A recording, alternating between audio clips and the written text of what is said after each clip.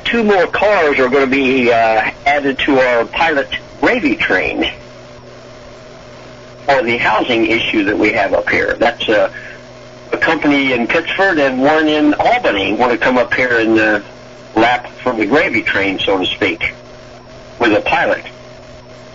And the wheels are turning on that already. As you know, I'm not a pilot fan for a number of reasons. But they're saying now they hope it won't be as difficult to get the 10-year tax abatement and breaks for these 2 companies to come here and help with the issue that it was on COR that just passed, a week or so ago? Yeah.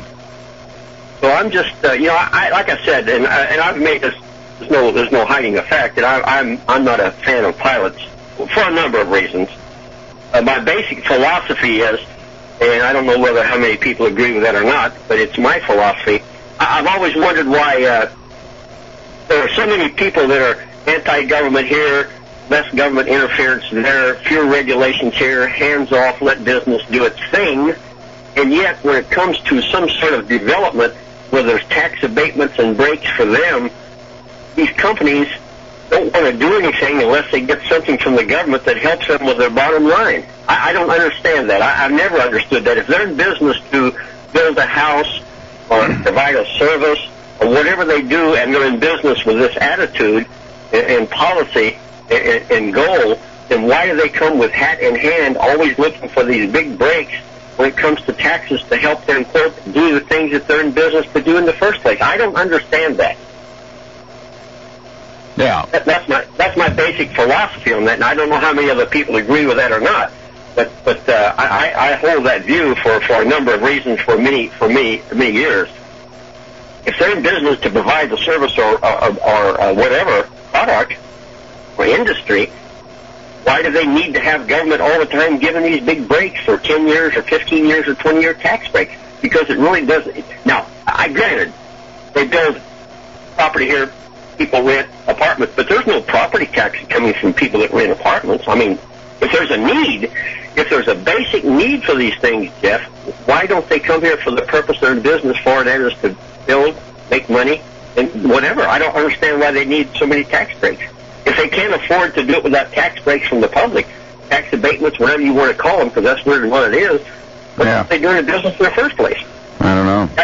That may be a simple, naive view, but I think it's an important view to hold, and that's why I oppose it. But I noticed this morning that 2 more are wanting to join the gravy train, so to speak, one from Albany and one from Pittsford.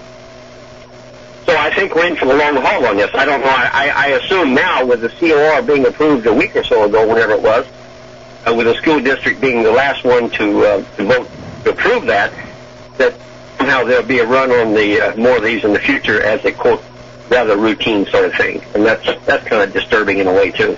Yeah. Well, the tax code long ago became sort of bastardized when you started having all these crazy rates all over the place and exempting home care credits and child credits and this credit and that credit, and then you're not making enough money, so you raise sin taxes, and it long ago was tax code bastardized by the insatiable desire for more money. So I guess you can be philosophical about it and say that's all that's going on here. It's just a continuation of a long trend. I was reading last week about a New York State law on public authorities, such as DANK is one. I think they are, yeah. I've noticed they're giving a pile of money for some certain developers, which is, I guess, good for them. But I went a little deeper into the New York State Code on public authorities and the Title 29, if anybody's interested in it. And see where DANK, all of their property and everything that they own and have as their possession under their umbrella of DANK is tax exempt. You know that? Yes. They're able to. That's why they're able to do these pilot deals in addition to the IDAs. They have that statutory authority.